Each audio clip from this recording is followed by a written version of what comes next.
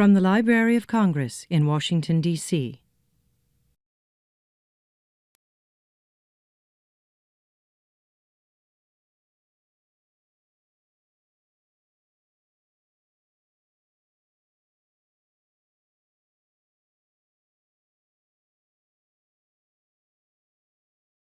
Welcome. I'm going to turn this over now to Rob Casper, head of the Library of Congress's Poetry and Literature Center. He is also the programs director for the Poetry Society of America.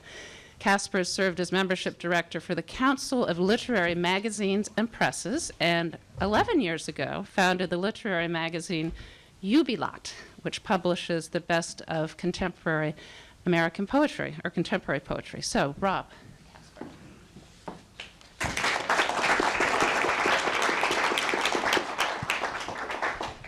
Thanks, Diana, and thanks to all of you. Oh, microphones are challenging. For coming out tonight. It's great to see such a good crowd on midterm election night. Hopefully you all voted, and we'll give you a little break from hearing the results. I'm Rob Casper. I'm the head of the Poetry and Literature Center, and I'm thrilled to have you all here and thrilled to see this conversation unfold. I want to give a little shout out to Ron Charles and what he's done here over the course of our past 5 programs. I think he's established himself as one of the country's best interviewers of poets. He serves as a great guide for the audience, and if you've been to these programs, you know that yourself. And he has helped our featured poets discuss their work in new and exciting ways. Before I say anything about our featured poet tonight, let me say a little bit about the Poetry and Literature Center. We are home to the Poet Laureate Consultant in Poetry, the only federally funded position for a literary artist in this country. Our current Poet Laureate is Charles Wright. He's a wonderful man from just a few hours south of here, down in Charlottesville, Virginia. We also host a range of literary programs, readings, panels, discussions, and that sort of thing. Most of them are just up the street in the library's Jefferson Building or Madison Building. If you want to find out more about the kinds of programs that we do, you can visit our website, www.loc.gov/poetry. We are in our 76th year. We just celebrated our 75th and are looking forward to our 100th. And we've just launched our first ever Friends of the Poetry and Literature Center. I brought a little brochure with information, which looks like this, about the Poetry and Literature Center and our Friends group. We also have 2 of our Poet Laureate Circle members here tonight who have been instrumental not only in this series but in developing the Hill Center. Steve and Nikki Simrat, who are right in the front. Yes, Steve and Nikki. Great figures of Capitol Hill and of this city. If you have any questions on how to become a friend of the Poetry and Literature Center, you can ask one of us. We can talk to you about what's inside this brochure. It's a beautiful brochure. So yes, on to the end of our 2014 season of Life of a Poet and August Kleinzahler. Tonight's featured poet is the author of 11 books of poems. And in fact, Ron has his first book of poems, which doesn't look so good, but is beautiful on the inside. It's bound by the Library of Congress, and Ron always takes... Rebound. He always takes the opportunity to give me a hard time about what we do, but it's a beautiful, beautiful book. A signed edition. After that, August Kleinzahler published 10 books, including most recently The Hotel Oniera, published by Farrar, Straus & Giroux in 2013. His honors include the National Book Critics Circle Award for Poetry and the Lannan Literary Award for Poetry in 2008 for his collection Sleeping It Off in Rapid City, Poems New and Selected. He also received the Griffin Poetry Prize and the International Division for The Strange Hours, Traveler's Keep, as well as fellowships from the Guggenheim Foundation and the American Academy in Berlin. He is a frequent contributor to the London Review Books, and he is also the author of 2 prose collections, Cuddy, One Rock, Low Characters, and Strange Places, Gently Explained, which I think wins an award for one of the greatest fun titles to read aloud, and Music, 1 to 74.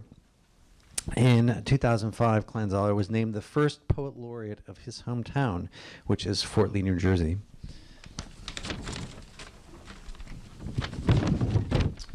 In a review of Sleeping It Off in Rapid City for the New York Times, Dwight Garner wrote, quote, "Mr. Kleinzahler is an American eccentric, a hard man to pin down.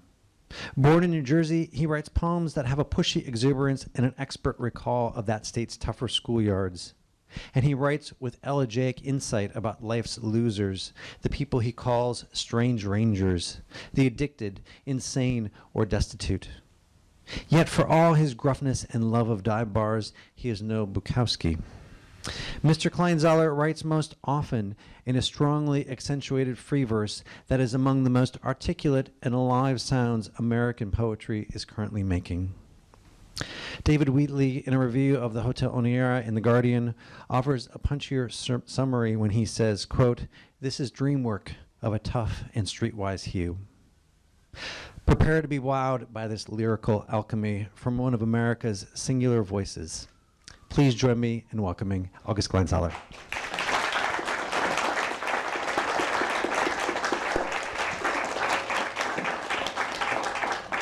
Thank you so much for coming. Thank you for inviting me. It's a great honor to have you here tonight. This is a little longer than you'd see in a bookstore, but a little less technical than you'd see in a poetry journal. So that's what we're aiming for here. I don't know how it'll go. We'll talk for about 75, 80 minutes. We'll take a little break in the middle. I prepared some questions. I'll ask him to read, but we don't know exactly how this will work out. It largely has to do with the interaction between us, so let's sit back and see how this goes. You are one of the most enigmatic poets, after all. The life of the poet. You've been publishing for more than 40 years, but did that kind of thing, the life of a poet, did that seem preordained to you as you were growing up? Did you think as a child, I'll probably be a poet? Well, I would have preferred to have been the shortstop of the New York Yankees, but by the time I was 16 or so, I'd been bitten by it and smitten by it, the notion of being a poet. Really? In high school? Yeah, yeah. You had good high school teachers? Some of them, and I tried my hand at it, and I was excited. The act of it excited me. It's usually taught so badly. It's all like, what this poem is in code, trying to figure out what the code is, or the horrible scanning of lines. It sort of deadens one's appreciation. How did you escape that?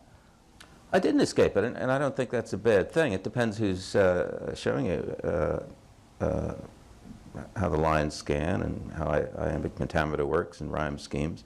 If it's a good teacher, that could be quite alluring. And the first poems I attempted were in meter and rhyme, a very awkward, broken up meter and rhyme, but that's what I was hearing earlier on. Were your parents into poetry? Were they poetry readers?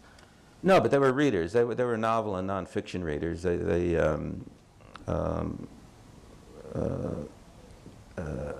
they subscribed to the magazines of the day, the New Yorker, the Atlantic, Harper's, and the Republic, so forth, and read the novelists people talked about, and they talked about them. So it was a literate household, and my older brother and sister, I was the baby, were readers. They didn't have TV until I came along when I was about 5 or 6, and the whole family thought I was semi-retarded because I would sit in front of it for hours. And they read for entertainment. Your brother, Harris? Harris and Laura. And Harris wrote, and my father wrote. He didn't finish high school, but he wrote, and he painted, and he collected antiques and paintings, and he dragged me through junk store, antique stores, auctions, and I thought that's how everybody grew up. And it wasn't a sophisticated household. They were very provincial people, but there were a lot of books and paintings and that kind of stuff around. You've talked about the influence Harris had on you, your older brother. Yeah, well, I loved him. He's my big brother. And he went into a very different career than you did at first, right? Yeah, he went to Wharton, and one worked as a financial analyst. He died quite young, but I don't think that's what he wanted to do, and I think it made him rather unhappy, but he was able to get work, and parents, society had those sorts of expectations.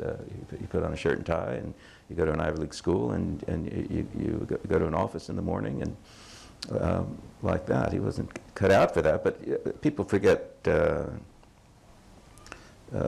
how limited opportunities were. My father was a very creative, imaginative character, but it was a depression. It wasn't conceivable for him to go into the arts. I wish you'd read a poem called The Crossing.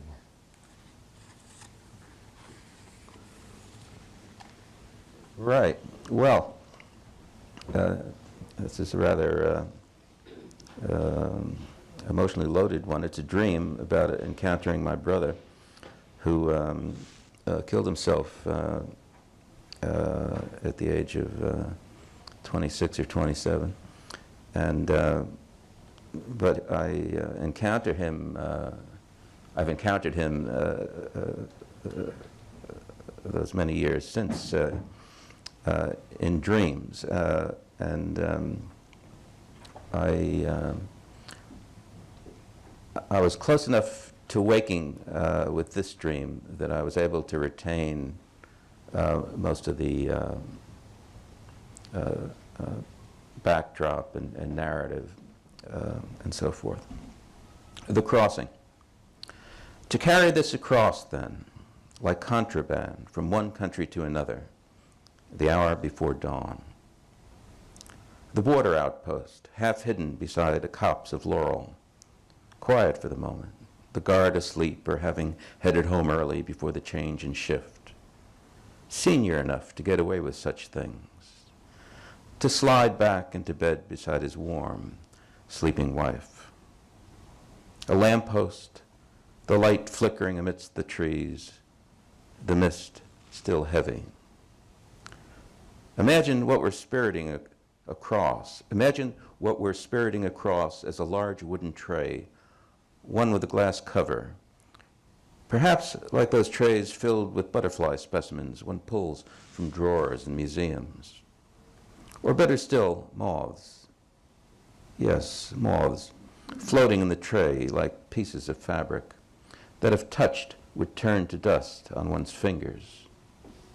Or, if you like, a sheet of papyrus, ancient, discolored, adorned in glyphs, like patterns in a lepidoptera's wing, floating atop a pool of solution, kept together only by dint of the liquid's surface tension.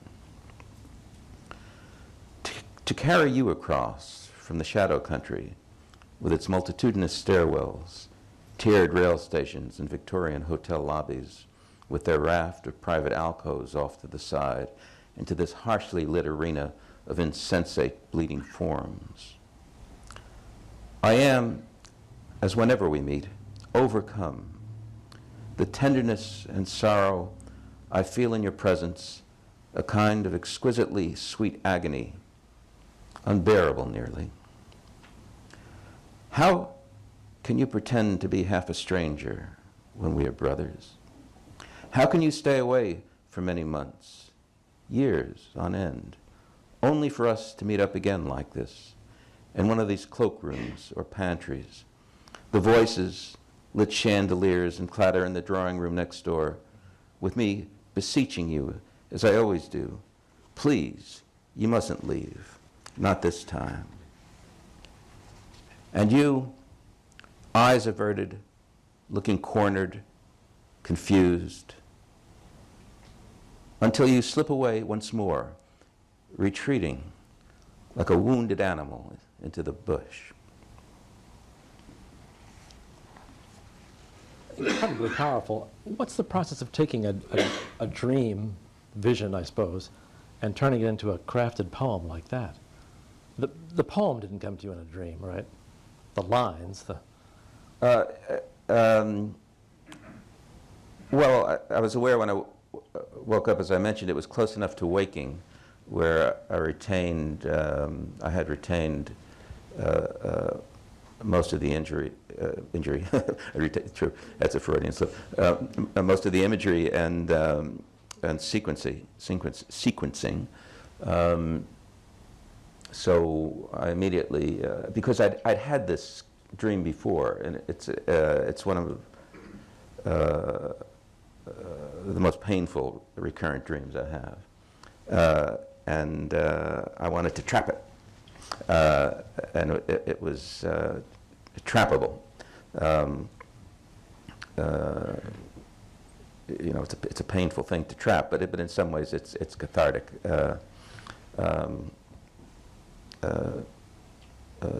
To be able to express that kind of feeling and sense of loss, almost betrayal, in imagery and language and imagery. Right. He did everything he was supposed to do until, of course, his life fell apart. That is, he went to this college, he got the good job, all that. You then left. You left New Jersey. You left your family. In other words, did his life in some way determine the direction yours took? I'd already gone out west, but his life was coming apart very dramatically, and I'd spent several months with him as it was coming apart, and he certainly intimated that he was going to check out one way or another, maybe go to a logging camp, but I was the one who wound up in the logging camp. But it was certainly no surprise. He'd gotten himself into a terrible bind, and he saw no way out. And we had a conversation very shortly before he killed himself, and I knew that's what he had in mind, and I booked a ticket east. But I don't know if it would have made any difference, but I got there too late. Traveling across the country, across even the world, is a huge part of your poetry. In one of your poems you write, "Motion is not a condition but a desire to be outside oneself." Is that the appeal? You know, I've read that, someone else quoted that, and it is an appeal. I like to move outside my quotidian orbit. It wakes me up and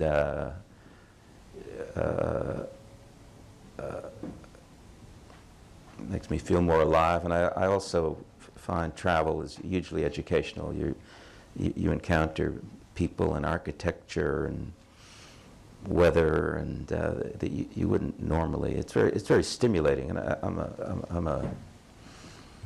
I'm a fiend for stimulation. One of the places you went was Alaska, right? Yeah. When? How early was that? That was 1973. It was pretty exotic then to go to Alaska, wasn't it? I mean, it's still kind of exotic, but. Yeah, I don't know what I was thinking. I was in the Northwest. What I was thinking was that I'd make my stake. What did that mean to you at the time? Well, I'd get a lot of, I'd make some fast money. That's where it felt like, make some fast money, and then I'd save it up and I'd go to the south of France or Spain, like Ezra Pound, and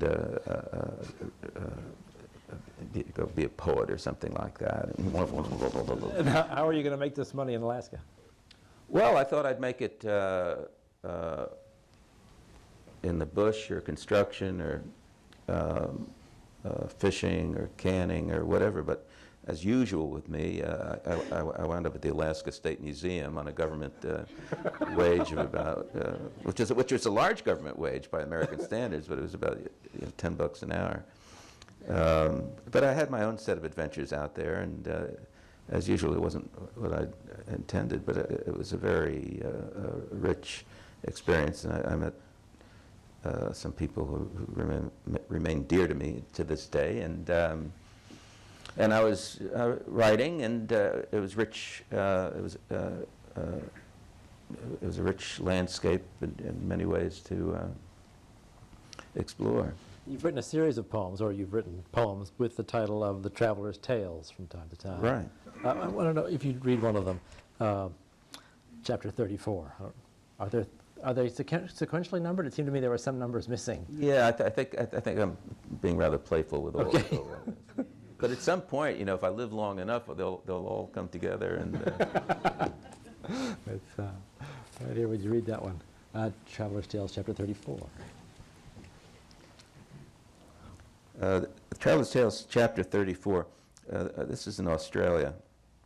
The native whites are flat of head, especially small children who bark sharply and spit at any provocation.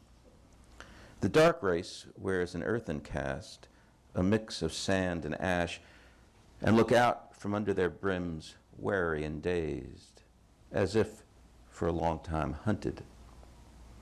Sun Microsystems is at one end, the bank towers at the other. In between, terror alerts are rotated with sportswear ads on the sides of bus shelters. If you see or hear anything out of the ordinary, it is your duty as a citizen to phone.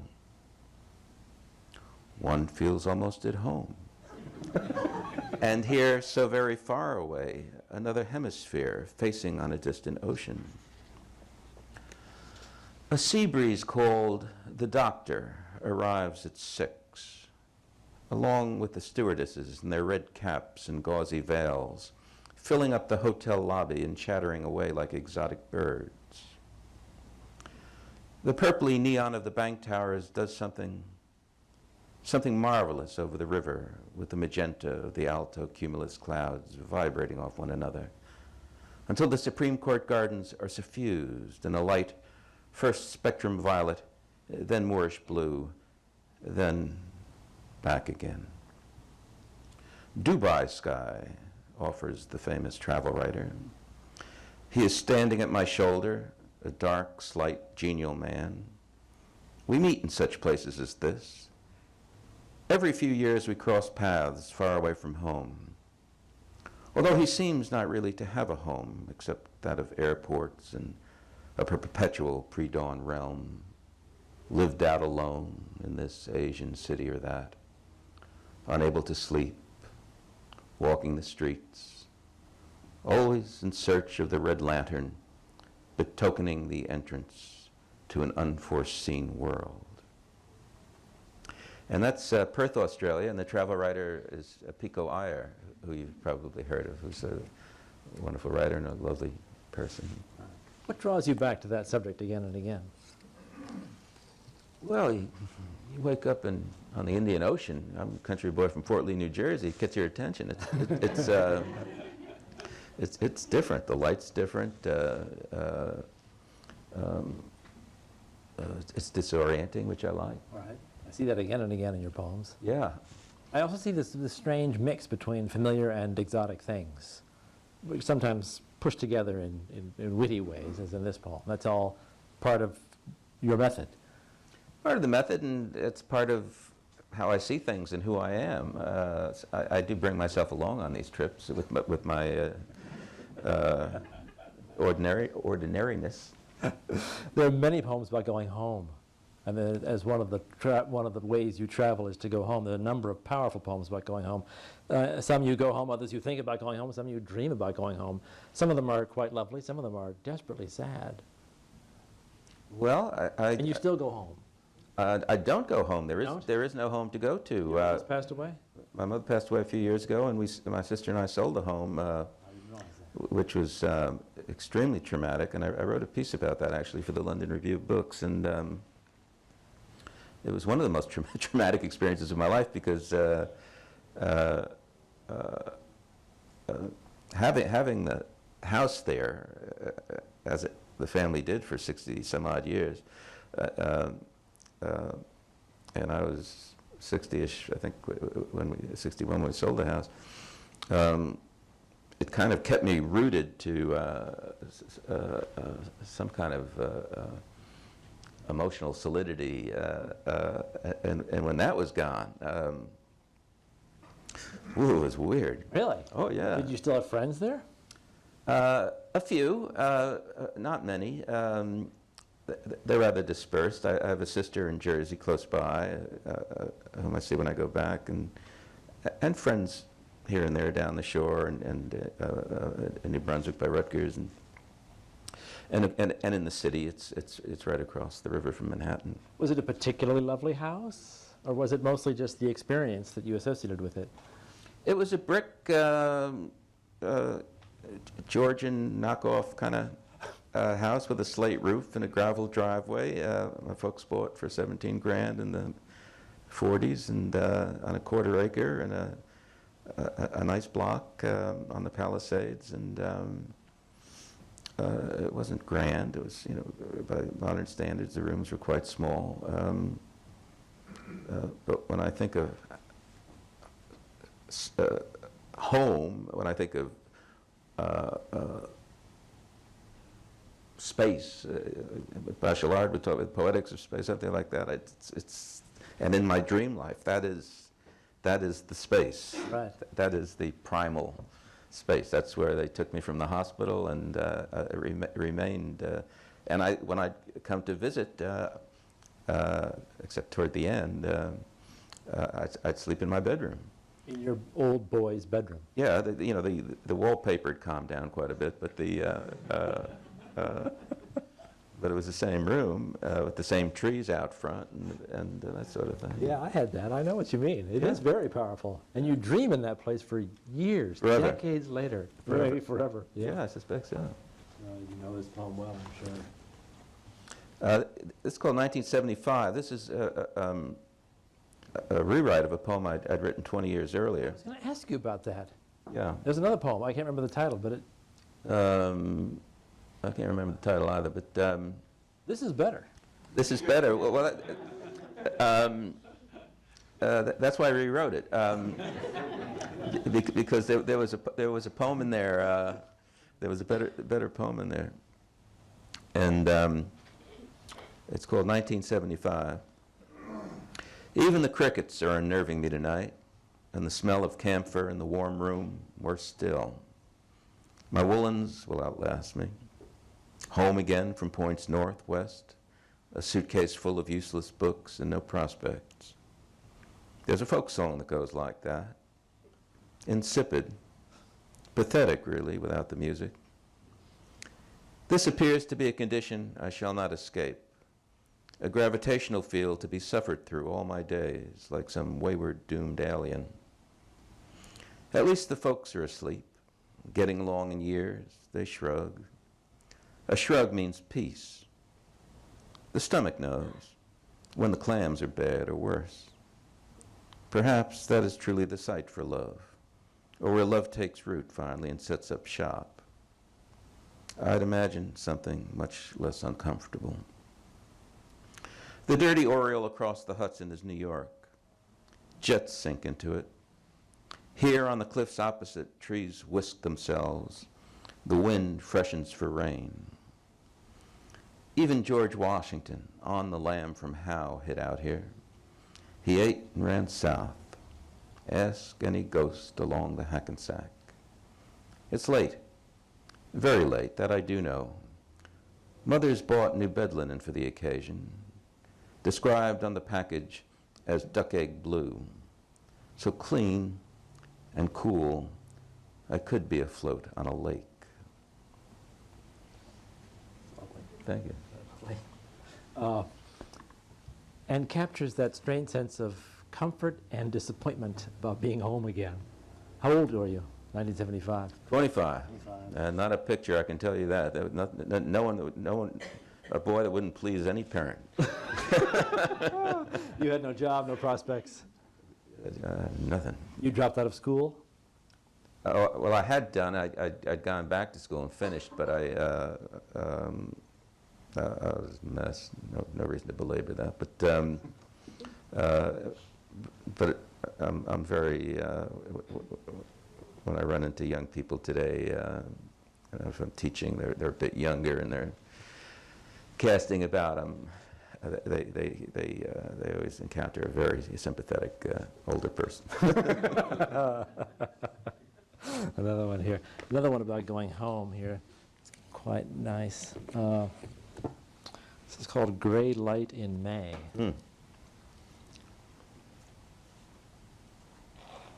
Got me reading all the emotionally charged ones. You know. Sorry. Gray Light in May, and this is again just taking a little walk around the corner from Bluff Road, just a couple blocks from the overlooking the Hudson, the tip of the Palisades overlooking the Hudson River. Then it looks across to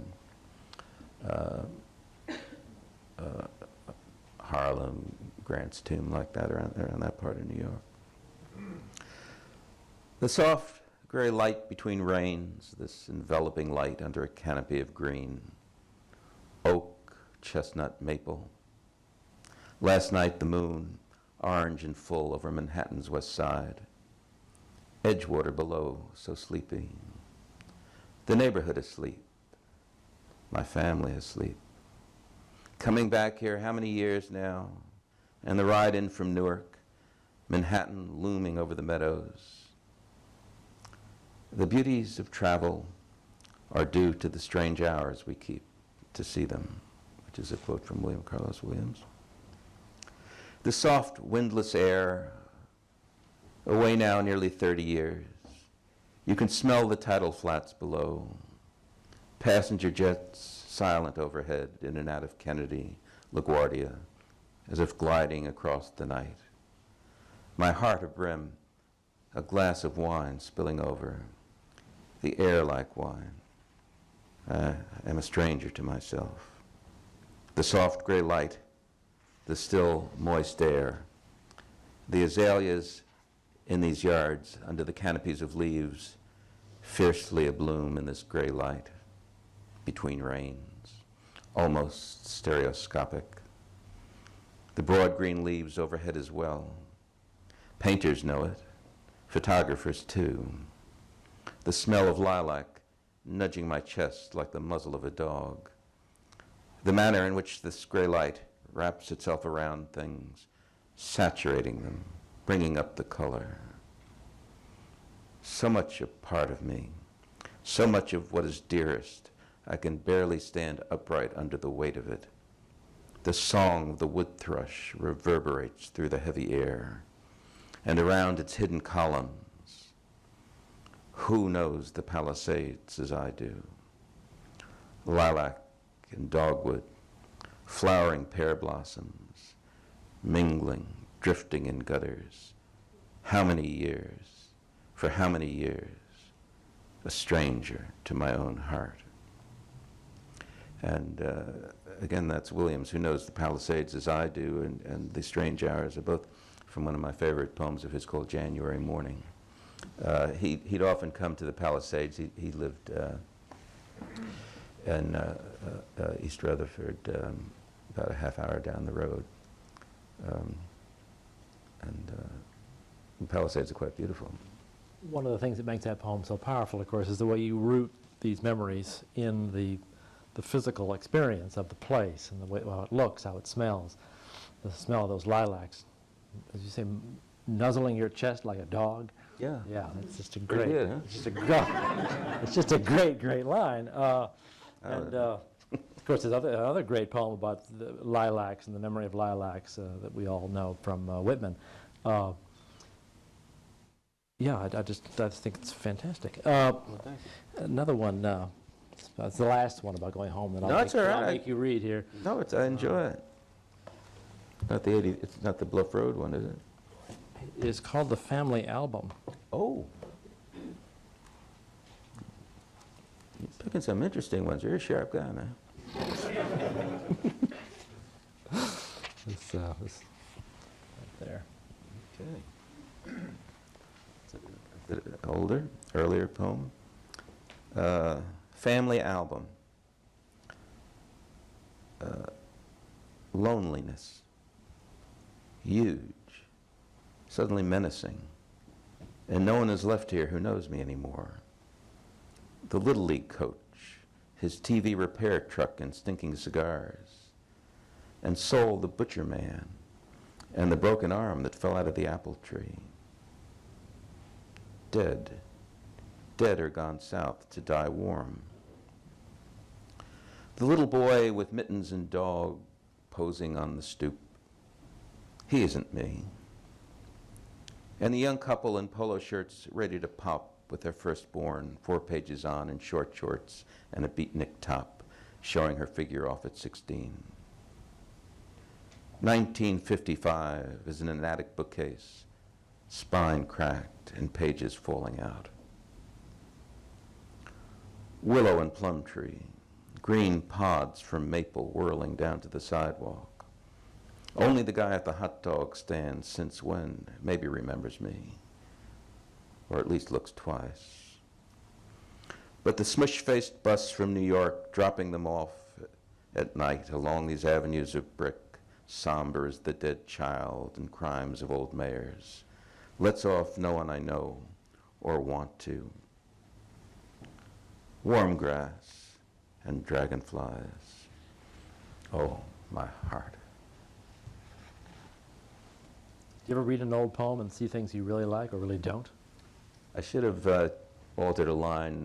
Which one? Never mind. No, this will not leave the room. What stays at the Library of Congress? Yeah.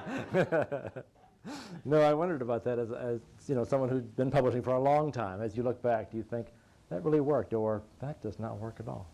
Well, sometimes I haven't read that in many years, and I was teaching. I teach a course in at Claremont. I teach a course at Claremont McKenna out west this semester, and one is the lost art of letter writing. And I was telling the kids, one of the beauties about writing is you're not up on a stage in front of 100 people, and 3/4 of the way through a poem you realize that's not right. Well, here we are. There we are. No, it's That's a technical thing. You would know the difference. okay. It's we all have this experience, whether we go back to high school reunions or we go back to see our folks. We have this experience of looking around and we recognize everything, but we know we are not being recognized. That they've all moved on. That we're nothing to them. It's like that corny Christmas movie. Was it with Jimmy Stewart? He goes back to the town and nobody remembers him. Yes, so we all know this. Yeah. Wonderful Life. Yes. Yeah. Right. Yeah. It's a very raw poem there. That ends very rawly too. Well, we're in the raw mode here, man. Let's talk about jobs. You've had so many jobs. You mentioned a few of them there. Some of them are really tough too, and they exposed you to a variety of people and careers that you would never have met had you gone to graduate school, immediately gotten a job, teaching poetry, and just stayed there the rest of your life in the ivory tower. And I wonder if that experience, it clearly enriches your poems, right? The people we see in your poems, people you would not have met had you had that sort of career. Here's a fabulous poem and a career I never thought of. The Sausage Maker? Sausage Master of Minsk. I actually started this when I was in Alaska, and I finished it a couple of years later, 3 years later in Montreal, and it has nothing to do with, well, it does have a bit to do with Montreal because I lived right off St. Lawrence Boulevard, where there are all sorts of wonderful charcuteries and sausage shops, and I love that kind of food. And anyhow, the Sausage Master of Minsk. I was Sausage Master of Minsk. Young girls brought parsley to my shop and watched as I ground coriander, garlic, and calves' hearts. At harvest time, they'd come with sheaves, hags and babushkas, girls plump as quail, wrapped in bright tunics, switching the flanks of oxen, each to the other, beast and woman, goggle-eyed at the market's flow. My art is that of my father. Even among stinking shepherds, bean-brained as the flocks they tend, our sausages are known. The old man sits in back, ruined in his bones, a scold. So it was my trade brought wealth. My knuckles shone with lard.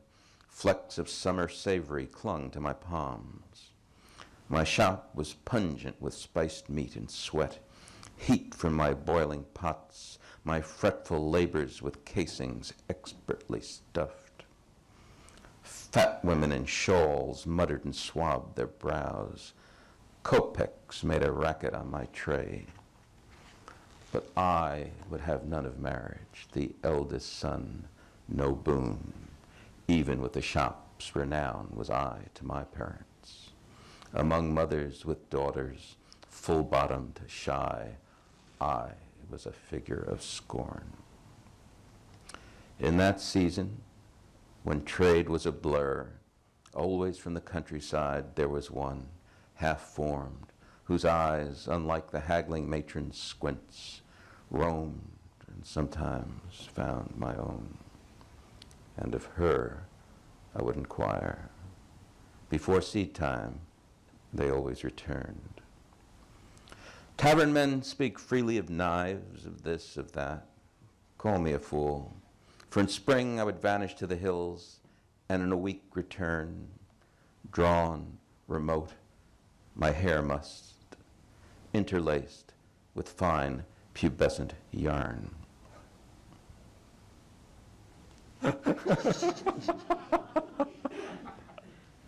You asked me to read it. I didn't.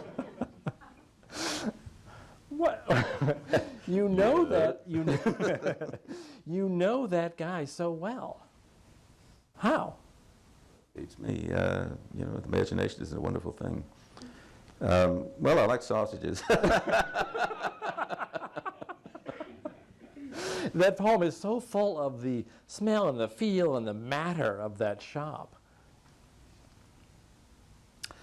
I spent a lot of time in those sausage shops. Really? And in fact, I was just in Montreal this summer, where I hadn't been in many years, with Marcy, my partner, and I took her to my favorite sausage shop, and there's a little picnic table out in front. It's Romanian, and I got the spicy Romanian sausage, and see, with the mustard and the spicy mustard, and I was just sitting there. I said, "This is the best goddamn thing you've ever had." And she said, "Yeah, it is." And what makes that poem work, of course, is that mysterious week, the week pursuing the girl. That's just a brilliant move in the, if I can call it, the plot of that poem. How did that come about? You know, I honestly don't know. I'm not being coy or evasive. As poems develop, and you've heard and read this, they do take on a life of their own, sort of logic of metaphors. Hart Crane, I think, would talk about it, and you have to give them enough free rein to go where they want to go, because it leaves you, it leaves one's will, which is, I think, that one of the most exciting aspects of writing poetry. You kind of tap into a larger, it feels like a larger consciousness, and you can't make it do what it doesn't want to do, and which can be problematic and disappointing and blow up whatever you had intended. But sometimes it turns out better than you could have managed if you'd imposed your will on it. This is what I want it to be. Well, it's better than what you want it, and you'll see down the road.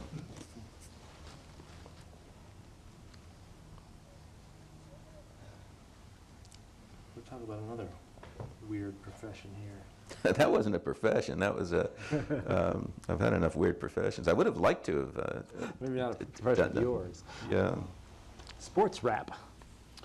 Oh, Yeah, I wrote this in St. Louis, and St. Louis. Did you teach at WashU? No, I had a 2-week gig at St. Louis University not long ago, maybe 3 years ago, and they're baseball crazy there, and the character at the end is Tony La Russa, whom some of you baseball fans might remember. He's got a big hair. He's obviously very pleased with, and as would I be under this segment. And and one shouldn't give too much background, but I'd just driven across country from San Francisco to St. Louis. Oh my gosh. With a friend from Madison, Wisconsin, where he was headed, where he grew up, and we're friendly in San Francisco. And he dropped me off. Sports rap. Who would have credited their late August collapse? They flourish like jumpweed over these punishing summers, or did do. Adversaries going faint here alongside the river. 18-wheelers bust across the interstate, devouring horizon, tuned to the one same station, signal fluttering, as this distressing tale unfolds, inning by inning, game by game. Do you suppose in the beginning there was an actual Denny for whom the tuna melts, iced tea, and assorted sides were meant as commemorative, an act of devotion? Surely someone has written on the subject at length. But is it not pleasing to think of a corporeal Denny, adored child, doting granny, down-home deep dish Salome, living in one of those clapboard shitholes behind a silo, playing at quoits, kibitzing, shrieking like an infidel set alight? Skip, you must be as baffled as anyone. The veteran field general gazes into the near distance. You know this look, cerebral, resolute, contempt, big hair threatening to erupt from under his cap. The cell is vibrating in his left front pants pocket. 3 likelihoods, none of them at this moment inviting. Who attends to these staged postmortems on TV? Inebriates? The eviscerati? Denny? You? Me? I wish I knew the answer to that one, Pete. I do. I really, truly do. I wonder, a lot of educated people here, is it corporeal or corporal? Talking about the material. Corporal? I said it right? hate to do this, like I tell the kids, you don't want to do it in front of 100 people. Denny. You mean Denny's? I mean Denny's. The fast food, well, the sit-down fast food restaurant. Well, you can stand up if you want. Yeah. Surely someone has written about this subject at length.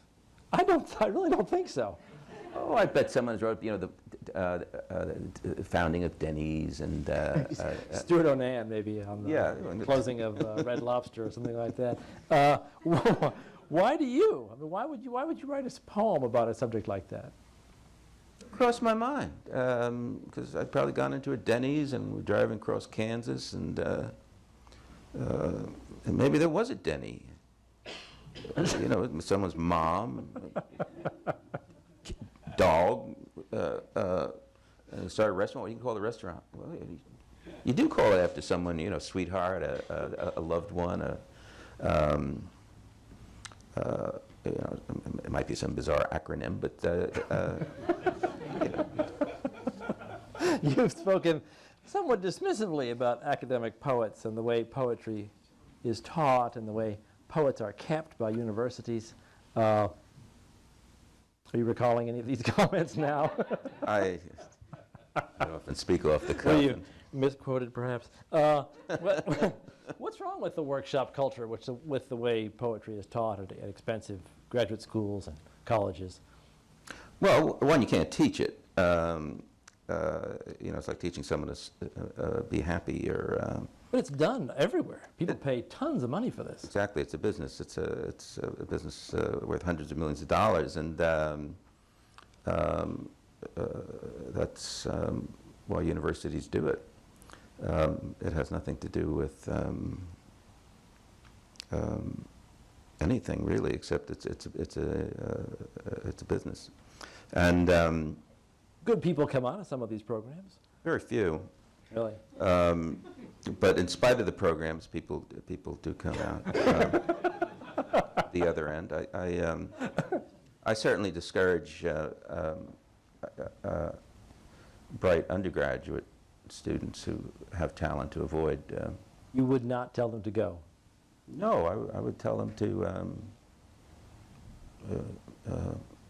travel and sleep with people more interesting than they are, and read and. Did you say breed? No, I didn't say that, and I caution them against that. You said read. Read. Read. Okay. It rhymes with breed, but it's very different. They're so different. It's much cheaper to read. Oh, yeah, right. Like that. You, about 10 years ago, you wrote a really funny essay in Poetry magazine. It's quoted all the time. I'm sorry to make you talk about it again. I'm sure you're sick of it, but it's just too funny to ignore. Oh, no, it's a gift that keeps on giving. You suggested, among other things, that it was about Garrison Keillor. And you That suggested... beloved figure Yes. in America. You suggested that Keillor's daily bit on public radio called The Writer's Almanac could be used by the Army as psychological torture to break the will of terrorists.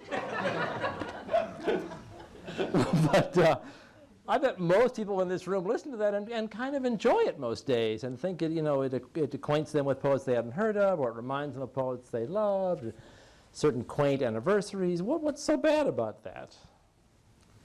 What's so bad about the Writer's Almanac? It's like, it's served up like a Geritol. This is good for you. This will help you through your day and make you a better person. And if you're anxious, perhaps it will relax you. And that is not the function of art. I'm sorry. Art does quite the opposite thing. And even when he reads marvelous poems, it's still with this gruesome, weird Cub Scout masterly drone that creeps me out.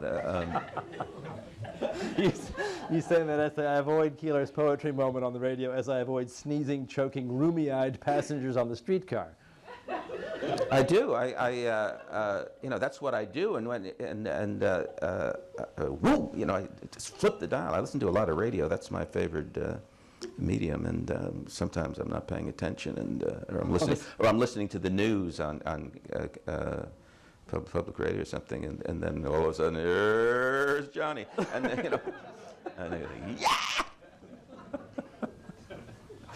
For many people, I bet for most Americans, that's all the poetry they're going to get. Well, good. Good for them. But you think on balance, it's a negative influence. It gives us an impression of poetry as a sort of relaxing, comforting, soothing art. Yeah, I mean, I suppose it's harmless. It's like traveling through Louisiana and turning on Christian radio in the morning. It's okay. God forgives you, and I'm sure He does. And you should be forgiven. We should all be forgiven. Well, most of us, and not for that, but for most of us. Has Keillor ever read one of your poems for the Writer's Almanac? He did. I was unaware of it, but and he pronounced my name, and he knew better. It's Kleinzahler. Put me in my place. Back at you. Yeah. And I think he put me in one of his anthologies. Yeah. But that's not going to help. Wasn't enough. I'm not going to get off. You can't be bought off. No, that easily. no. You've never met him. No, never mind. No, I have no interest in. I'm sure he's a wonderful person. Otherwise, he wouldn't be so beloved. Let's take a little break. We'll be right back. There's music all through your poems, and some of it's quite funny. Sometimes you write about musicians, sometimes about their music, sometimes just the experience of hearing music. There's a line here, the oboist upstairs, why does he insist on practicing during my afternoon nap? Why does it always have to be Ravel? I altered that. She's actually a bassoonist. Bassoonist. But I didn't want to hurt her feelings. Did you love music before you loved poetry, or are they intertwined in your mind in some way? Well, they're naturally Right. Connected, but I don't think I became a serious music Well, you music are. listener until later. Later on, when I think when I began listening to jazz more seriously in my 20s, and then I kind of went off the deep end and got interested in all sorts of music and remained so. And it's very it's endlessly pleasurable. You write in one poem, everything sounded good in 1957. Well, I think the culture was at its apex. Someone wrote a book, 1958, a few years ago, talking about. I'd already been of that opinion, and he went on about what was happening in 1958 and why American culture was at its apex. And it's actually not that interesting a book, but I would say between 1956 and the early 60s, American culture topped out. And you've got a series of poems called The History of Western Music. It's just a tremendous variety in those poems, too. What inspired that series? And will you ever publish them, as a series? Yeah, Now they're kind of sprinkled around, right? Yeah, if I live long enough and get enough pages. That had a very specific beginning. I was writing my column, so music was in my head all the time, a weekly column. It's interesting, no matter how contemptuous you may feel about this or that columnist in the Post or the Times or whatever, knocking off 1 or 2 columns a week, 50 weeks a year, 40 weeks a year is it's a lot of work. Just brutal. It ruins your life. Yeah, I mean, you wake up. You wake up in the middle of the night, Yes. But I was on a reading tour of sorts. That sounded more glamorous than it was in Britain and Ireland, and for some reason they were playing the Adagiato from Mahler's Fifth Symphony. I think there must have been some big Muzak contract across Britain and Ireland. So everywhere you went, and You mean you'd hear it in grocery stores and things? Is that what you're saying? airports, public buildings.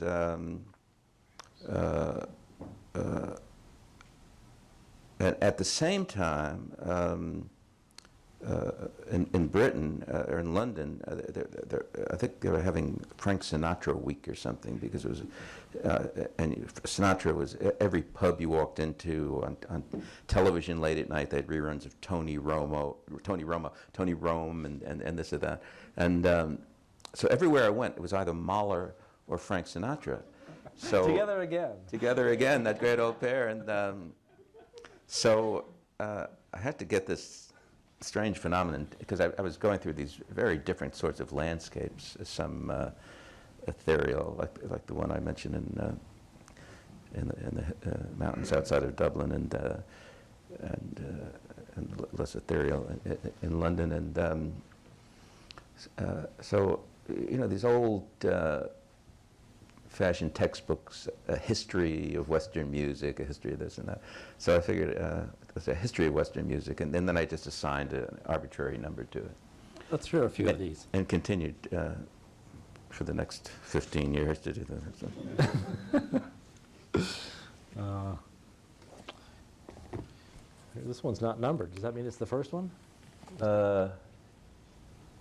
Yes. Great. This is the one I was talking about. Okay. April of that year in the one country was unusually clear and with brisk northeasterlies straight from the Urals. Their ancient region at long last succumbed and laid to rest after much ceremony. Sinatra was everywhere that spring, in the hotel lobbies, toilets, shops. Fly me to the moon, you make me feel so young, name it. On TV, a computer-generated Weimaraner sang, I Did It My Way, in a gravelly barroom baritone. He only weighed 130 pounds, Ava Gardner was to have remarked, soaking wet. But 100 of those pounds was cock.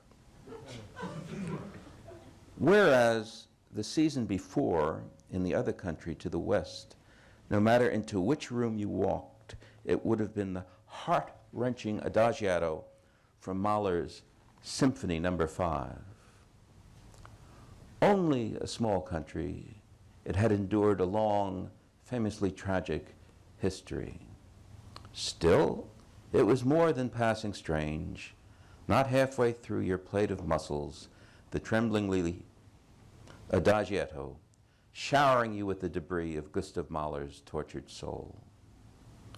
True, wife Alma was a troublesome slut. We know this of her and choose to forgive. But what of this late romantic excess, this anthem of the Habsburg twilight in a cruelly served and windswept land? We'd only lately come over the Sally Gap across the bogland, down from the glen, and were walking slowly along the lower lake of Glendalough. Afternoon had turned toward evening, and with it came a chill. And with the chill, a mist had begun to gather over the lake. This is a haunted place, I heard her say. It was quiet then. We were the last ones there. Only a patch of bird song, only the wind. Unheeded, from somewhere out of the blue, Liberace, she said, and nothing more. We continued on our walk and listened, if just to the silence. This would have been an hour St. Kevin knew and savored before retreating to the gatehouse and into the monastery for evening prayer. One can imagine a stillness forming around him there, like those halos of gold or ochre that surround the sacred figures in ancient frescoes. Much as they do with Lee in one of his brocaded lame jumpsuits, with its sequins catching the spotlights, enorbing the performer in brilliant rays as he smiles coquettishly to the Vegas crowd, then turns to deliver the first in a series of thunderous glissandos, somehow finding his way back to a climactic, magnificently rousing chorus of that million-seller and timeless classic, Moon River. It's really good. It's really funny, too. When you wrote this, you didn't know it'd be a series. I didn't, but I kept traveling, and I still had that column in my head a lot, and it was a fun way to travel because there's often a musical connection to the environment you're traveling in. Right, and it's completely incongruous as it is in this Yeah. poem. And Right. yeah, the history is such a clever way of encompassing it. Now, this poem may be the most recent of the history of music poems. Do you think? There have been some since. Or since then? This is certainly a more recent one, though. Right. I mean, there's some. This is my most recent book, but I published a couple, one or two since. This is a very different poem. I hope so. I try to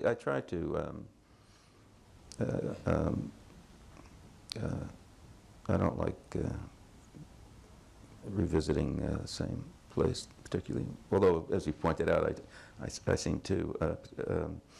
There are themes like going home, but History of Western Music, Chapter 44, Bebop. Yahtzee, Yahtzee, Yahtzee! At Rapunzel's fungible ball, the most glittering gala of all, the vedettes and babettes scarf down crepe Suzettes, orange butter spray paying the walls. What a feast, what a fete, scamps vamping away till last call. Yahtzee, Yahtzee! Hippity-hopsy, Strombolinas, Strombenzellas, combustible tattersall, a headache to even recall. So much effervescing Bouzette lost first her courgette, her silver barrette, her earrings next, you might say, her bearings wobbling as if ready to. At Rapunzel's jungly, even the discreet left their feet. Rapunzel is fungible. Varlets at the gate, loath to wait, tantrums broke plates. A proper Stromboli-strewn ball. Yahtzee, Yahtzee! Sweet dude dropsy. Quiddity's itched, they timidity's twitch, toggle switch bobble. Rob Pete to pay, gobble toot sweet, move your feet and try not to fall. Yahtzee, Yahtzee! Reet petite, tater totsie. A ramped up dance called the cha-cha-fo bachi. Chocolata, chocolita, ticolata. Bamba, I haven't read this before. Bamba, this is shocking. Bamba, gabonga, gabum, gabum, gum, gahubble, bubble, samba, strumbolito, escondido. Absolutely tutti frutti, hamarubi, picabucci, slofo bocce, syncopated commotion, addled emu shunned. Yahtzee, Yahtzee, Yahtzee! Rapunzel, Rapunzel, let down, you're the hottest ticket of all, glittery, jittery, Rapunzel's fungible ball. And the Yahtzee, Yahtzee, I suppose, are like rim shots in a book. That's a remarkable poem. You actually, except for when you stopped, you read it really spectacularly. I thought, it's so much like music. I mean, everything that what you write is musical, but you know what I mean? You're really representing the sounds of instruments with the words. This other poem, we were much more aware of the sense of the sentences and what was being said. We were building themes. We were looking for wit. This is a totally different kind of poem. Yeah, I was trying to get that the tumbling, propulsive aspect of bebop, and the quoting for different bits and sort of leaking out here and there, and like that. Yeah, you could all see it too. It's a. I wondered about that as I read some of the poems. Your strange and remarkable diction, the range of words and references, it's really remarkable. The poem about that whole process. I meant when I was talking about interpolating bits and pieces of other songs while they're going through the jazz piece they're playing, as Charlie Parker does. You get little snippets of this or that. Right. You write in a poem called Summer Journal, which I can't find, sorry. I lie there struggling to remember a word. It takes a while, but it's not far. As I begin to doze off, it comes to me, as so many things do in this condition of mind. It was necessary that I find a word. Whatever else happens in the course of the day, the important work has been done. And the word you were looking for there is Zamboni. And that was true. I was in this hypnagogic state where a lot of things happen, by the way, poetry, scientific inventions and whatnot, that place between sleep and waking.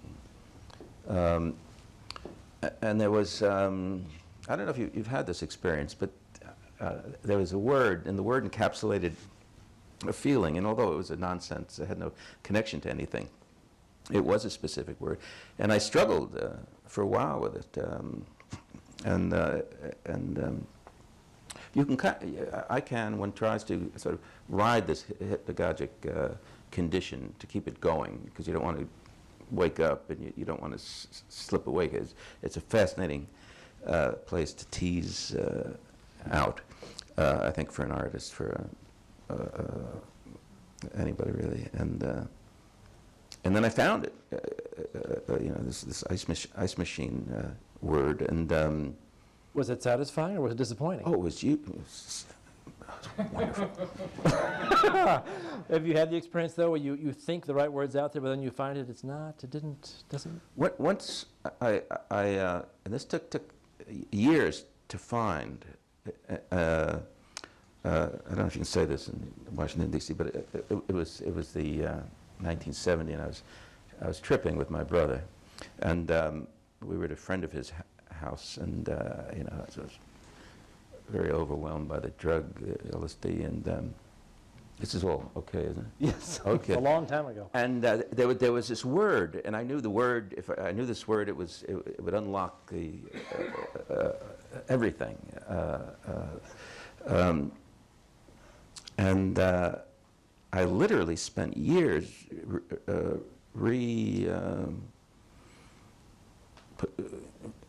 recomposing that moment, getting myself to that place. And one day, it came to me. What was the word? Jumpster banister. Is that even a word? No.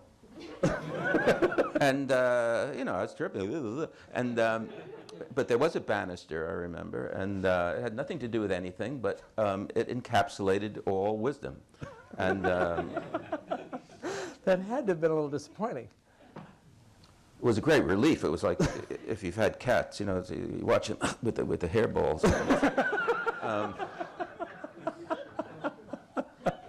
But I want you to know, and it says a lot about me, that I did pursue that literally for years, and how I found it, goodness knows. But yes, it was usually satisfying. In another poem you write, how like an intoxicant, the way words come loose of their moorings and fall apart, little bits of them all over like an airliner wreck, spread across the phrenologist's chart. You read that very well. Phrenology shows up in your poem several times. I'm fascinated by a lot of that late 19th century Junk. quackery. Yeah, and I like the style of those writers too. There's this great formality and sentence structure and so forth. Yeah. Earnestness of tone. Yes, and the sense that they were doing something scientific. Yes. Yes. They weren't at all. What's our time like, Rob? 8:30. Okay. And the time just changed. So at our house, half the clocks are ahead, half are back. We never know what time it is. You live in Arizona? Or? No. We just don't know how to change half the clocks. Oh, yeah. So we just put up with it for 6 months, and then we're back. So, there's a lot of wit. We've heard a lot of wit and music in your poems, but there is, as we began at the beginning, some unspeakable sadness too. In one poem, you ask, "What sort of life have I led, that you find yourself, an adult male of late middle age, about to weep among the avocados and citrus fruit?" That's autobiographical. Maybe. That's a breakup poem. Breakup poem. Are you married now? I don't think so. No, but I'm happily together with someone. Nice. In a poem called Hollyhocks in the Fog, you write, "There is nothing further to be known. The fog has taken over the world, and with night settling in, all that has ever been is gone. Gone, but for the sound of the wind." That's a really dark place. Not so much. That's summer in San Francisco, and it's which can be pretty bleak as tourists find out. But it's. I was thinking of the nothingness. I'm very much interested in Taoism and the sense of nothingness that behind all material phenomenon, and it was actually rather comforting. It reminded me of one of Emily Dickinson's poems, which ends, "When the winds take forests in their paws, the universe is still." There's a lot of wind in your poems, a lot of bad weather in your poems. I like the weather, and no point writing about good weather. It's all the same, like happy families. It's also weird to me the way despair but the way a poem can express despair and at the same time sort of work against it. It can both make that despair more articulate and yet sort of comfort us at the same time. Several of your poems do that. You're interested in, was it a religious house you grew up in? Not at all. They would pretend when their parents were around to be more religious than they were during holidays, but no, they couldn't have cared less. And none of my siblings, neither I or my brother or sister, have any religious feelings. But now you've been studying, or you're interested in Eastern philosophy. Yes, I studied that in college, and I was interested. Actually, I had a rather interesting high school teacher who taught us a bit of Far Eastern history and philosophy, and then when I went to Wisconsin, and I wound up majoring in Asian studies. And was it more than just academic? Did it really move you? Did it speak to you? absolutely, you know, particularly Chinese and Japanese poetry and landscape painting, Sung and Tang, Ming landscape painting. I'm very affected by. And that happened early. I think one of the earliest experiences of getting very excited by poetry was at the New York Port Authority at 175th Street when they had little bookstores they used to have. And there were a couple of, there's a book of Kenneth Rexroth's 100 Poems from the Chinese, and also New Directions book, and 100 books from the Japanese, and 100 poems from the Japanese.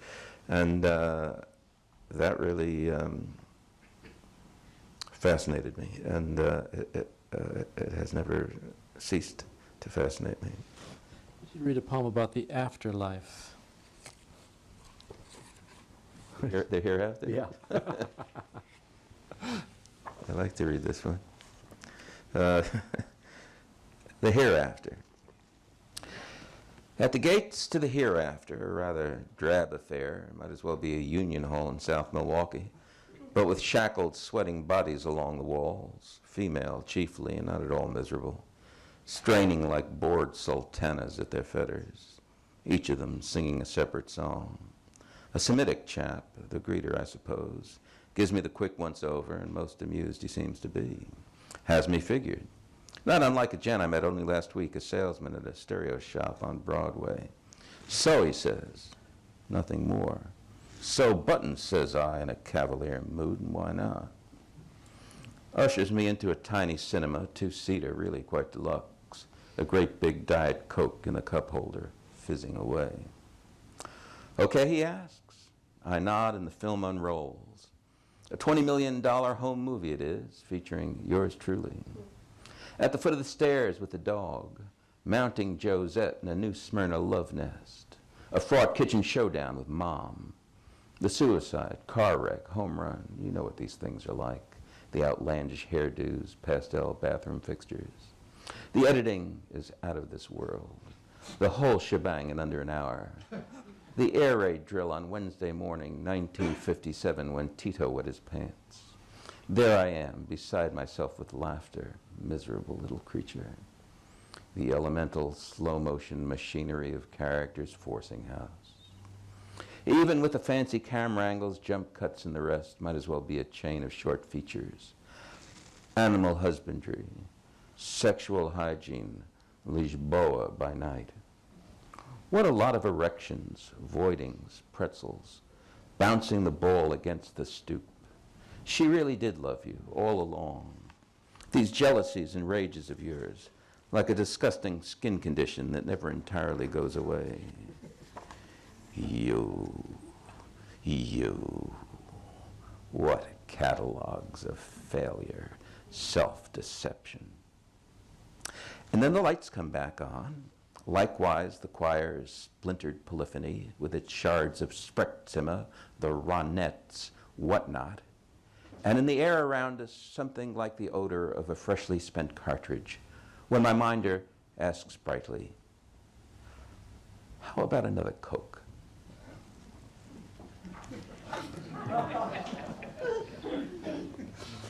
Is that what awaits us? Is that? Is that what awaits us? I hope so. Could be worse. Yeah, it could be much worse for some of us. This is Washington, after all. Oh, it's a very witty poem. What inspired a poem like that? Well, I was in a stereo shop on Lower Broadway shortly before I wrote that, and so that was in my head, and he was an amusing sort of high pressure zany Israeli guy, I think, and then a bunch of other stuff accumulated around there, and so it's often a combination of what's been stewing and for a while, and then bits and pieces of what are in your more immediate consciousness, and then, as I said, when the thing starts going, who knows what's going to come off the shelf and in the mix. I'd like to end with some love poems. I didn't associate you with love poems. Most don't. But as I read all your poems, there were many really lovely love poems. You agree? You write some love poems? Well, one's called Love Poem, so you'll have to give me that one at least. But one does fall in love. Yeah. If you can, you write about it. Here's one called Anniversary. Right. Thank you. I'd like to read this one. The setting here is Austin, Texas in the summer, where it's very hot. You'd figure the hawk for an isolate thing, commanding the Empyrean, taking his ease in the thermals and wind until that retinal flick, the plunge and shriek, cruelly perfect at what he is. With crepe myrtle igniting the streets and flowering pansy underfoot, I'd get out there just after dawn each day, before the sun made it over the mesquite and honey locusts. Cliff swallows rocketed low over grass, dragonflies darted above. Every day, on the heels of first bird song, Juicehead sleeping rough by the culvert. Before the heat, before the ebb and flow of cicada whir swallowed the world, when the crepe myrtle was still in bloom, when it was the flowering pansies' time in the park in untended lots, and still a touch of cool in the air. I remember once a red-tail perched close by on a branch or utility pole. Maybe he came down for a better look, but I think it was so that I might better see him who reigned over these few acres and beyond, and what it was about him so overmastering. An ugly sheen encouraged some gold in his russet mantle. His belly was white. Look at me, he seemed to be saying, seemed to be insisting. Behold, a pure, wild, heartless thing. Beautiful and horrible, nothing in between. I one day saw him tearing at his prey. He was in the crook of a tree, low and close at hand, fixed on it, drunk with it, mercilessly at it. The sound like a cleaver tearing through meat. Cruelly what he was, nothing else. But on another day, not long after, I heard him perched high on a branch, calling out, crying out in distress piteously, "Ki-e-ar! Ki-e-ar!" A harsh, descending sound, and unrelenting. Ki-e-ar! Ki-e-ar! Panicked or wounded, terrible in his dismay, until suddenly from some other corner of sky, another hawk flew down to join him, not right there on the same branch, but on another close by. And soon after that, off they flew together, drifting, spiraling, higher and higher in partnered loops, wheeling and diving, enraptured by all they were able to do, not as separate beings, but as two. I'm going to Austin tomorrow. That is a beautiful, beautiful poem. Thank you, sir. It's surprising. It's repeatedly delightful. The tremendous tension. Am I not flesh? Do I not bleed? No, it just works so well. It does so many things that you do so well in there.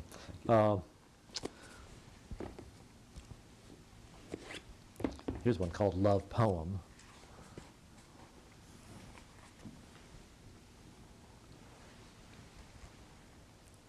Oh, you like that? That's an old one. As long as a cat, it's a love poem. As long as the cat comes home and the skinheads keep to their concrete shell over the fence, screaming, "Break your face!"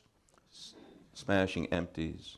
What need is there to worry or come undone? So the wolf slips in, cutting through us like cheese, soft cheese, an emulsion of blood and cheese. Except for the radio tower close by, blighting, "Ruby, my dear," till you shift in your chair and it's right, both speakers, all there. Poor monk, dying at the Baroness's on the hill above Weehawken. Night after night, cars sluicing into the tunnel below, into the city, fanning lights across the broad river, the west side throbbing across black water, out of notes, dying. A more difficult poem, I think, to hear once, but so spectacularly complex. And the references all over the place, from the skinheads to Monk. Fascinating, again. And one more, a wildly romantic poem. Jeepers. Some of these I forget I've written, which isn't always a terrible thing. A Valentine regarding the impracticability of our love. Evel Knievel, Robert Craig Knievel of Butte. Now that one, that wild, the crack up at Caesar's Palace in '68, then trying to clear the 13 Pepsi trucks in Yakima, and just down the road here at the Cow Palace. You could tell by the way he wore his hair in that white kid leather jumpsuit with fringe.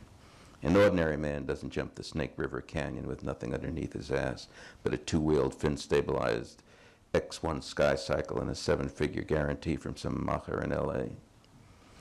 Darling, I've walked away from a record to myself, or crawled, and earned the name of fool, full sore.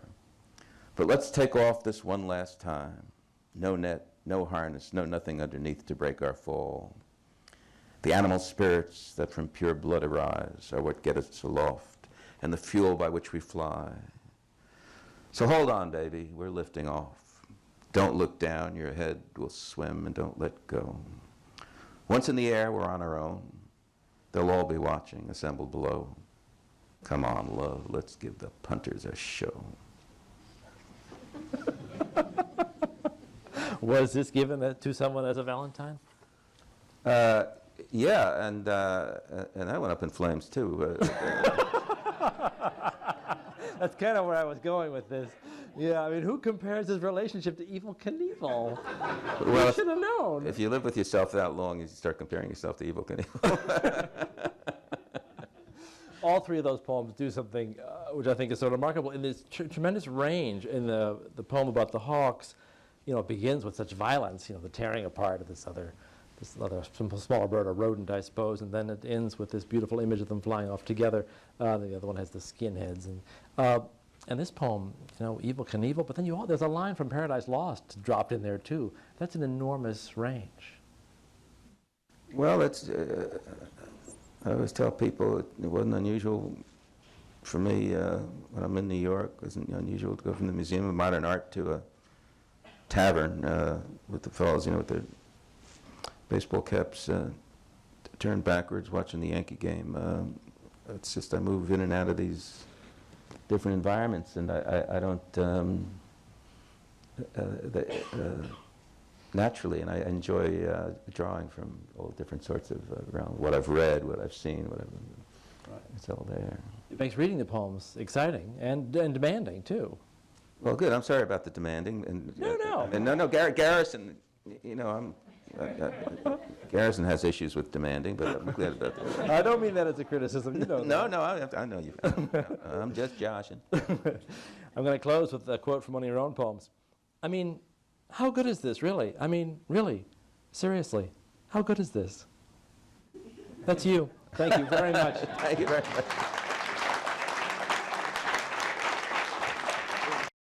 This has been a presentation of the Library of Congress. Visit us at loc.gov.